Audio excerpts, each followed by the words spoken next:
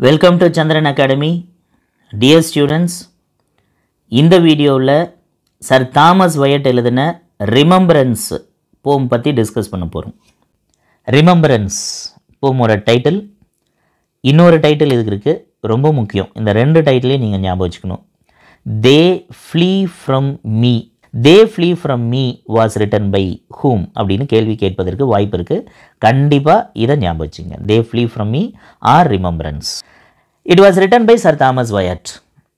Introduction பார்த்துக்கலாம். அந்த போம் பற்றின ஒரு சில விஷயங்கள் தெரிஞ்சுக்கிட்டு அதுக்கப்புறமேட்டுக்கு போம் டிஸ்கஸ் பண்ணலாம். It is an autobiographical poem. Sir Thomas வயட்டுக்கும் ஆனி போலினுக்கும் இடையில் இருந்த காதலை பற்றி, தன் வாழ்க்கையில் நடந்த காதல் பற்றி கூறப்படுவதால் இது ஆட்டோபயோகிராஃபிக்கல் போயம். அடுத்தது, இந்த போம் அல்லது இவர் யாரோட பீரியடில் இருந்தார் அப்படின்னா டியூடர் பீரியட். நம்ம ஏற்கனவே பார்த்தோம்ல, டியூடர் டைனாஸ்டியில் first king king Henry the 7th, அடுத்த கிங்கு கிங் ஹென்ரி த 8th. அந்த கிங் ஹென்ரி த 8th டைமில் தான் இவர் வாழ்ந்தார், சர் தாமஸ் வயட் வாழ்ந்தார். அதனால் இதை என்னன்னு சொல்கிறாங்கன்னா, அவங்க ரெண்டு பேருமே டியூடர் கிங்ஸ், டியூடர் பீரியடை சேர்ந்தது. கேள்விகள் கேட்பதற்கு வாய்ப்பு இருக்குது, முக்கியமான பாயிண்ட்டு. சரி, அவங்களோட காலம் என்ன அப்படின்னு சொன்னால் 1485 1603 வரலையும் டியூடர் டைனாஸ்டி தான், டியூடர் பீரியடு தான். அடுத்து, this poem was written by sir Thomas Wyatt in rhyme royal format. இப்படி ஒரு பொயட்டிக் ஸ்டான்ஸா, அந்த ஸ்டான்ஸா ஃபார்மில் என்ன பண்ணியிருப்பார் அப்படின்னா எழுதியிருப்பார். இந்த ரைம் ராயல்னால் என்னென்னு கண்டிப்பாக நம்ம என்ன செய்வோம், ஒரு வீடியோ பார்ப்போம். It consist of 7 lines in each stanza. அதாவது இவர் எழுதின இந்த போம் ரிமெம்பரன்ஸு 3 ஸ்டான்ஸாவை கொண்டது. ஒரு ஸ்டான்ஸாவுக்கு 7 lines உள்ளது.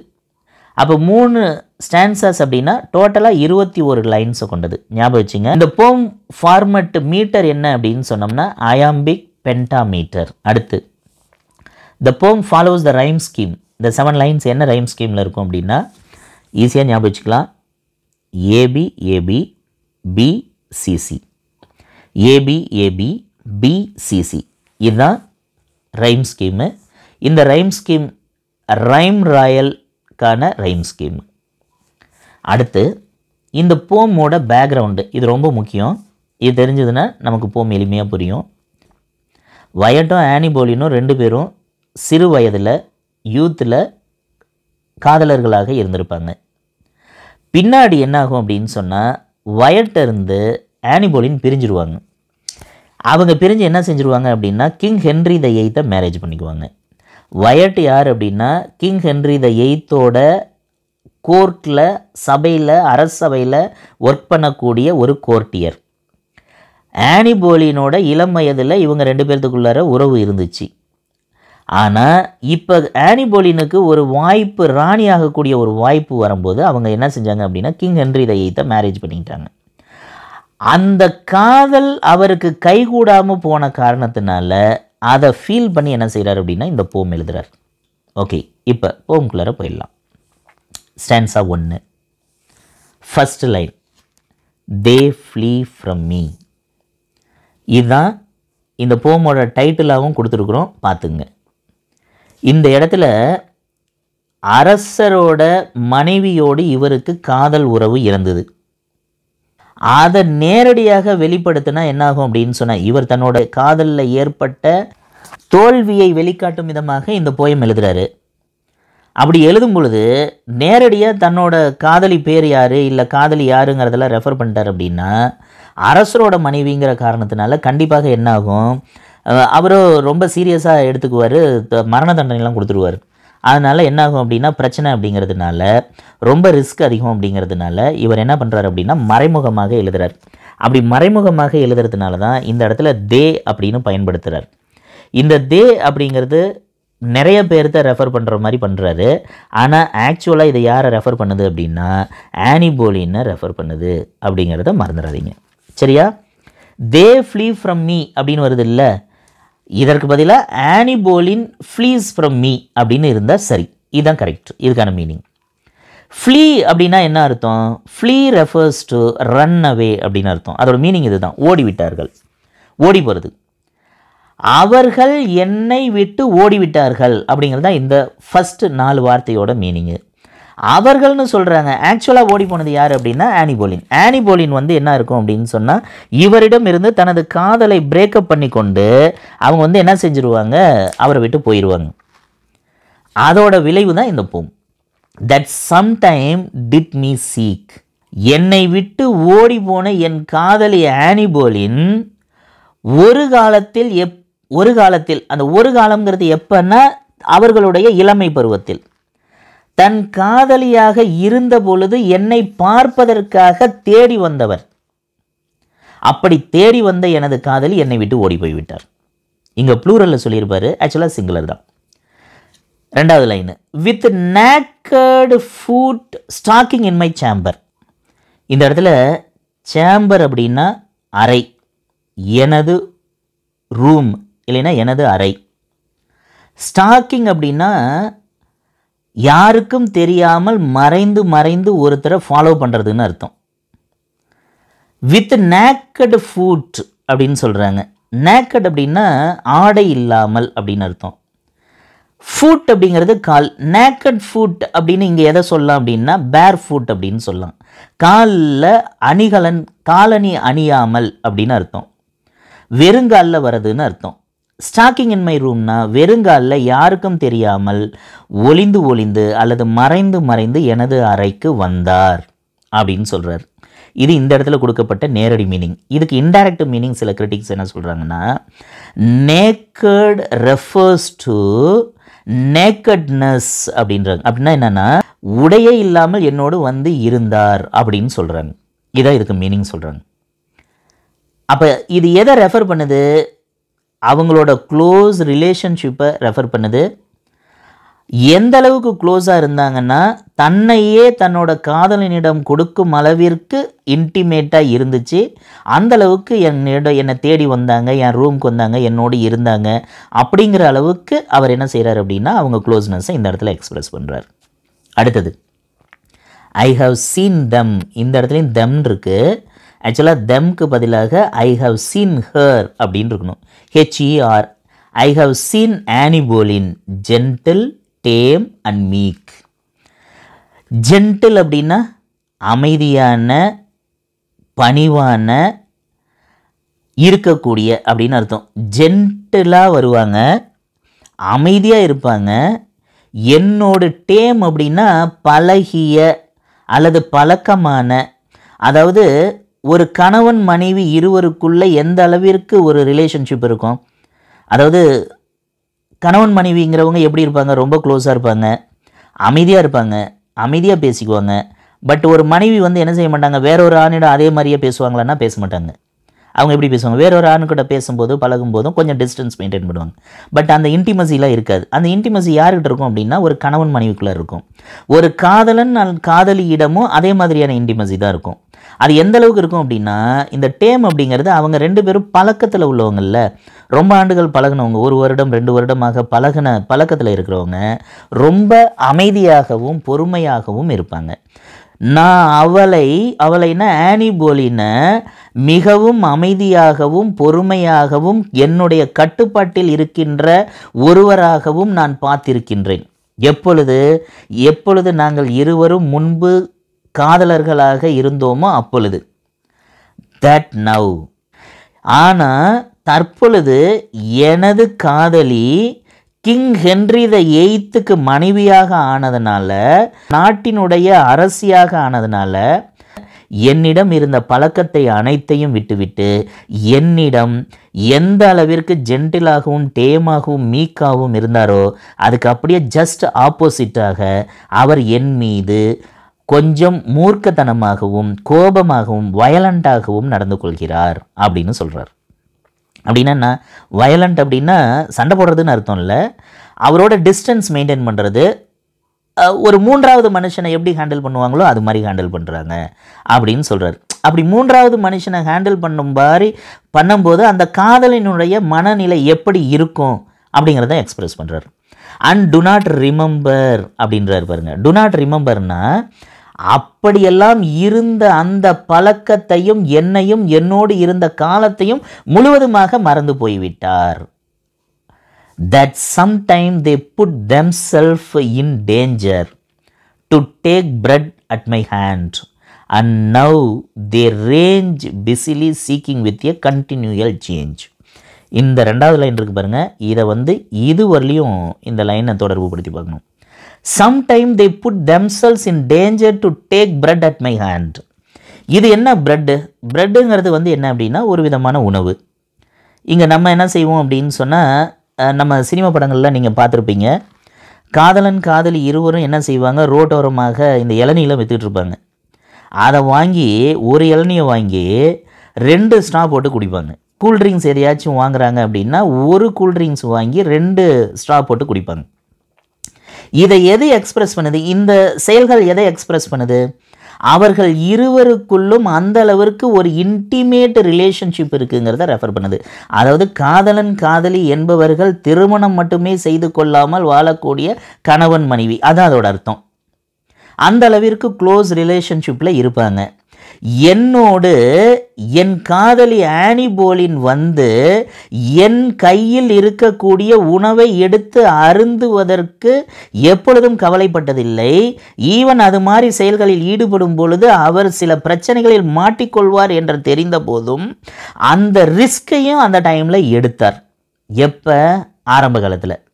ஆனால் இப்போ அப்படி இல்லை. இது இயல்பு. அதாவது ஒரு காதலன் காதலி ஒரு பேர் இருக்காங்க அப்படின்னா அவங்க என்ன செய்வாங்க, அம்மா அப்பாவிற்கு தெரியாமல், வீட்டுக்கு தெரிஞ்சவங்களுக்கு சொந்தக்காரவங்களுக்குலாம் தெரியாமல் எங்கோ ஒரு பக்கம் பைக்கில் போவாங்க, பஸ்ஸில் போவாங்க, ஒன்றா போவாங்க.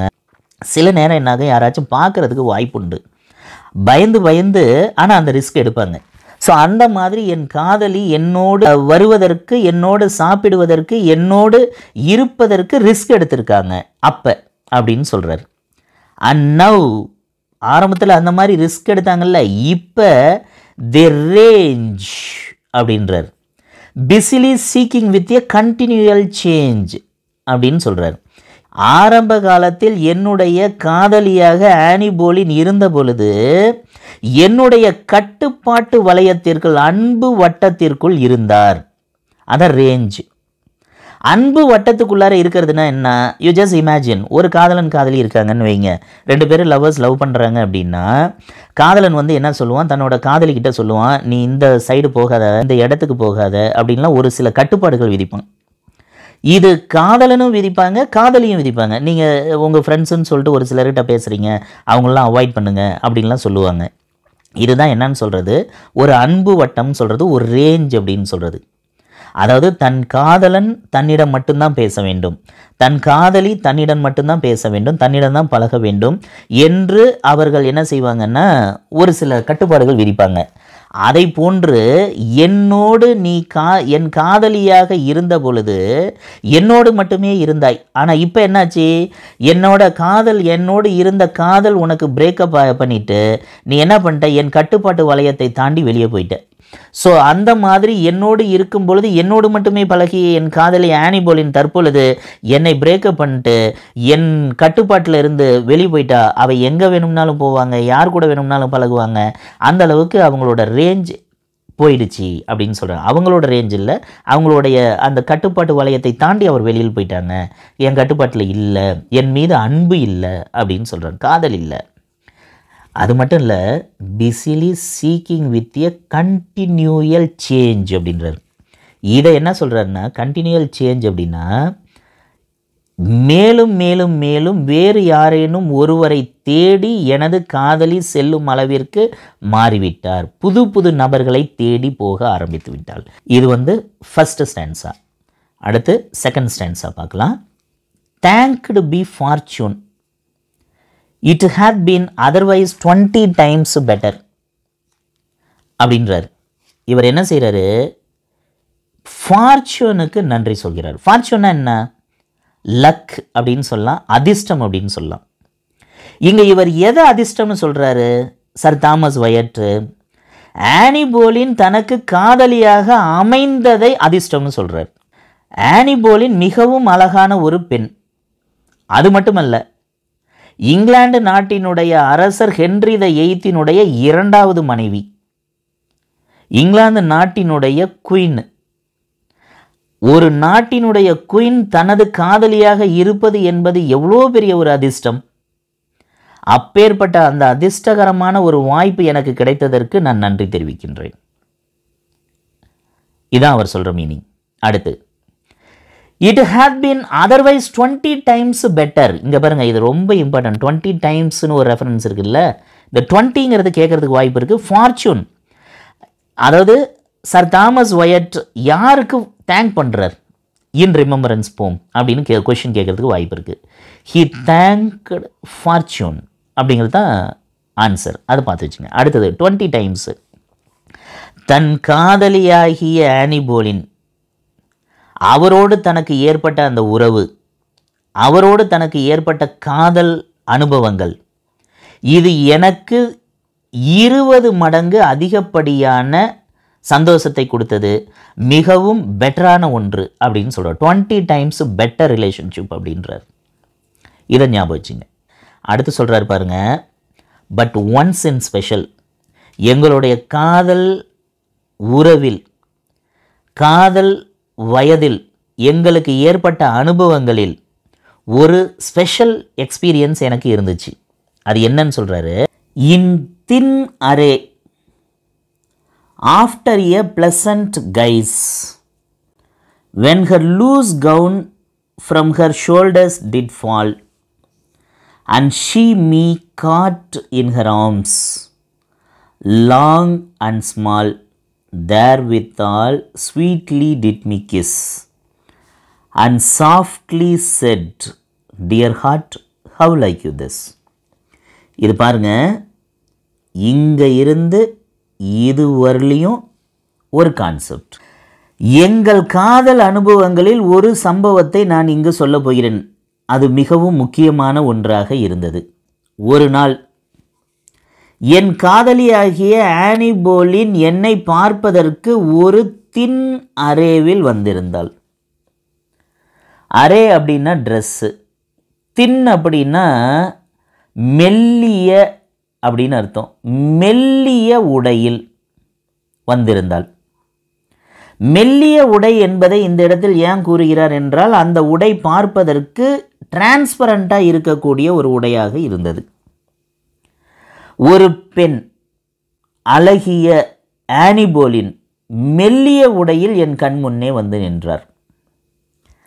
அவர் வந்து நின்றது தனக்கு பார்ப்பதற்கு எவ்வாறாக இருந்தது என்றால், பிளசன்ட் கைஸ். கைஸ் அப்படின்னா காட்சி, தோற்றம் அப்படின்னு அர்த்தம். அவள் வந்து நின்றது எனக்கு எவ்வாறாக இருந்தது என்றால், ஒரு அழகிய இனிமையான தோற்றமாக இருந்தது. when her loose gown from her shoulders did fall, அவள் அணிந்திருந்த அந்த ட்ரெஸ் எவ்வாறாக இருந்தது என்றால், லூஸாக இருந்தது. லூஸான ஒரு கவுன், அதை அணிந்திருந்தார். மெல்லிய உடை, கேள்வி கேட்பதற்கு வாய்ப்பு இருக்கு. லூஸ் கவுன், என்ன ட்ரெஸ்ஸு போட்டிருந்தாங்க? கவுன் போட்டிருந்தாங்க. எப்படி இருந்துச்சு? லூஸாக இருந்தது அப்படிங்கிற கேள்வி கேட்பதற்கு வாய்ப்பு இருக்கு. when her loose gown from her shoulders did fall, அவள் அணிந்திருந்த அந்த லூஸாக இருந்த கவுன் அவளது ஷோல்டரில் இருந்து சரிந்து கீழே விழுந்தது. அப்படி விழுந்த பொழுது, இங்க when அப்படின்னு யூஸ் பண்ணியிருக்காருல, அப்பொழுது, she me caught in her arms, long and small. இதை லாங் லென்த்தியாக இருக்கக்கூடிய ஒரு கான்செப்டை ஷார்ட்டாக சொல்லியிருக்கார், ஒரே லைனில் சொல்லியிருக்கார். எப்படி சொல்லியிருக்காருன்னு பாருங்க. அவள் என் அருகில் வந்து அவளது கையை நீட்டி என்னை பிடித்து அல்லது பற்றி அவள் அருகில் என்னை இழுத்து என்னை ஆறத் தழுவினாள் அப்படின்னு சொல்கிறார். இதுதான் லாங் அண்ட் ஸ்மால். கையை நீட்டும் போது லாங்காக இருக்கும், பக்கத்தில் அவரை இழுக்கும் போது ஸ்மாலாக இருக்கும். இதை தான் அவர் எக்ஸ்பிரஸ் பண்ணுறார் இந்த இடத்துல. காட் அப்படின்னா பிடித்து அப்படின்னு அர்த்தம். பற்றி அல்லது பிடித்து, தன்னை பிடித்து தனது அருகில் இழுத்து என்னை ஆறத் தழுவினாள். therewithal sweetly did me kiss அப்படின்னா, என்னை ஆறத் தழுவி எனக்கு இனிமையான ஒரு முத்தத்தை கொடுத்தார். அண்ட் சாஃப்ட்லி செட், சாஃப்டாக சொன்னா. என்ன கேட்டா தெரியுமா? டியர் ஹார்ட், எனது அன்பிற்கு உரித்தான எனது காதலனாகிய தாமஸ் வயட் அவர்களே, ஹவ் லைக் யூ திஸ், இது எவ்வாறு இருக்கிறது, இது உங்களுக்கு பிடிச்சிருக்கா அப்படிங்கிற கேள்வியோடு இந்த சம்பவத்தை நரேட் பண்ணி முடிக்கிறார். இது செகண்ட் ஸ்டான்ஸாவோட மீனிங். செகண்ட் ஸ்டான்ஸாவில் பாருங்கள், 1 ஃபார்ச்சூனுக்கு தேங்க் பண்ணுறாரு, 2வது 20 டைம்ஸ் பெட்டரான எக்ஸ்பீரியன்ஸ் அப்படின்றாரு, 3வது ஒரு அனுபவத்தை இங்கே ஷேர் பண்ணிக்கிறார். இது செகண்ட் ஸ்டான்ஸாவோட எக்ஸ்பிளனேஷன். இப்போ ஸ்டான்ஸா 3 பார்க்கலாம். It was no dream, I lay broad waking அப்படின்னு சொல்கிறார். அதாவது அவர் சொல்கிற அந்த சம்பவம் செகண்ட் ஸ்டான்ஸாவில் சொன்னதில்ல, அது கொஞ்சம் ரொம்ப இன்டிமேட்டாகவும் க்ளோஸாகவும் அவங்க 2 பேர்த்துக்குள்ளார ஒரு நெருங்கிய தொடர்பு இருந்த மாதிரியும் இதில் காமிச்சாங்களே. அப்போ என்ன செய்வாங்க, நீ பொய் சொல்லாதடா, கதை விடுற அப்படின்னு சொல்லி யாரும் கேட்பாங்க. இது உண்மையாக நடந்திருக்க வாய்ப்பே இல்லை அப்படின்னு சொல்லுவாங்க. அதனால் இந்த இது என்ன செய்கிறாரு, கொஞ்சம் ஸ்ட்ரெஸ் பண்ணி சொல்கிறார், இல்லை இல்லை நான் சொன்னது உண்மை. இட் வாஸ் நோ ட்ரீம், இது கனவுலாம் நடக்கலை. ஐ லே ப்ராட் வேக்கின், நான் கண்களை விழித்து கொண்டு முழித்து கொண்டு இருக்கின்றேன், நான் தூங்கவெல்லாம் இல்லை, தூக்கத்துலலாம் இல்லை அப்படின்னு சொல்கிறார். உண்மையாகவே இது நடந்துச்சு அப்படின்றார். பட் இப்போ அடுத்தது மாறி வராரு. All is turned thorough my gentleness into a strange fashion of forsaking அப்படின்றார். இப்படியெல்லாம் என்னோடு மிக நெருங்கிய உறவில் இருந்தா என் காதலி ஆனிபோலின், இப்போ என்னாச்சு அப்படின்னா நான் ரொம்ப ஜென்டிலாக இருந்த காரணத்தினால இத்தனையும் மாறிப்போச்சு. எப்படி மாறிப்போச்சு அப்படின்னா, என்னை கைவிட்டு விட்டு வேறொருவனின் கரம் பிடிப்பதற்காக அவள் சென்று விட்டாள் அப்படின்னு சொல்கிறார். அது மட்டும் இல்லை, இதை ஒரு ஸ்டேஞ்ச் ஃபேஷன் அப்படின்னு சொல்கிறார். அந்த காலத்தில் இந்த காலமாக இருந்தாலும் சரி, ஒருவரை கைவிட்டு விட்டு இன்னொருவரை கரம் பிடிப்பது அப்படிங்கிறதெல்லாம் இயல்பாக நடக்கக்கூடிய ஒன்றாக மாறி போய்விட்டது. பட் இது அந்த காலத்திலேயே இருந்திருக்குது அப்படிங்கிறத பாருங்கள். And I have leave to go of her goodness and she also to use newfangleness. என்ன சொல்கிறாரு, நான் அவளோட நலன் கருதி அவளை செல்வதற்கு அனுமதித்து விட்டேன் அப்படின்றார். ஆக்சுவலாக இந்த அம்மா இவரை கைவிட்டு போயிடுச்சு. அவளோட நலன் கருதி நான் என்ன பண்ணிட்டேன் அப்படின்னா இந்த இதை நான் அக்செப்ட் பண்ணிட்டேன், அவளை போன்னு பர்மிட் பண்ணிட்டேன். And she also to use newfangleness. இந்த நியூ ஃபேங்கிள்னஸ் அப்படின்னா என்ன அர்த்தம்னா, புதிதாக ஒருவரை தேடி செல்கின்றார் அப்படின்னு சொன்னார். அதோட மீனிங் அதுதான், புதிதாக ஒன்றை தேடி செல்வது. ஸோ புதிய ஒரு அனுபவத்தை தேடி போவது. ஸோ அந்த மாதிரியாக அவள் போக போகிறா. But since that I so kindly am served, I would fain know what she hath deserved. எனக்கும் என் காதலிக்கும் இடையில் எவ்வளவு பரிச்சயமான ஒரு உறவு இருந்தது, ரொம்ப close relationship. It was so intimate அப்படின்னா செக்ஷுவல் ரிலேஷன்ஷிப்பே எங்களுக்குள்ளார இருந்துச்சுங்கிறத எக்ஸ்பிரஸ் பண்ணியிருக்கார் ஏற்கனவே. ஸோ அந்தளவுக்கு எங்களுக்குள்ளார ஒரு நல்ல உறவு இருந்தது இல்லை, அவன் என்னோடு இருந்தால்ல. ஆனால் இப்போ என்ன செஞ்சிட்டா, இப்போ என்னை விட்டு கைவிட்டுட்டு போயிட்டா. அந்த ஐ வுட் ஃபெயின் அப்படின்னா என்ன அர்த்தம்னா, I would like to know அப்படின்னு அர்த்தம். இந்த ஃபெயின் அப்படின்னா ஃபெயின் அப்படின்னா நான் விரும்புகிறேன். எதை விரும்புகிறேன்? டு நோ, ஒரு விஷயத்தை தெரிந்துக்க விரும்புகிறேன். என்ன தெரிஞ்சுக்க விரும்புகிறேன்? ஷீ ஹேத் டிசர்வ்டு அப்படின்றார். அப்படின்னா என்ன அர்த்தம்? நான் அவள் இருவருக்கும் இடையில் நல்ல ஒரு உறவு முறை இருந்தது, நாங்கள் மகிழ்ச்சியாக இருந்தோம், எங்கள் காலம் மகிழ்ச்சியாக சென்றது. ஆனால் தற்பொழுது அவள் என்னை மறந்துவிட்டு வேறொருவனை கரம் பிடிக்க சென்று விட்டாள், மேலும் புதிய உறவுகளை தேடி போய்விட்டாள். இந்த செயலுக்கு, அது நல்லதோ கெட்டதோ, இந்த அவளினுடைய நடத்தைக்கு அவளுக்கு என்ன பரிசு அல்லது தண்டனை கிடைக்கும் என்பதை அறிந்து கொள்ள நான் மிகவும் ஆவலாக இருக்கிறேன், ஆவலாக விரும்புகிறேன் என்று இந்த போமை கம்ப்ளீட் பண்ணுறார். ஓகே டியர் ஸ்டூடெண்ட்ஸ், இந்த வீடியோ உங்களுக்கு ரொம்ப பிடிச்சிருக்கும்னு நம்புகிறேன். லைக் பண்ணுங்கள், ஷேர் பண்ணுங்கள், கண்டிப்பாக சப்ஸ்கிரைப் பண்ணுங்கள். Thank you. Let's meet in the next video.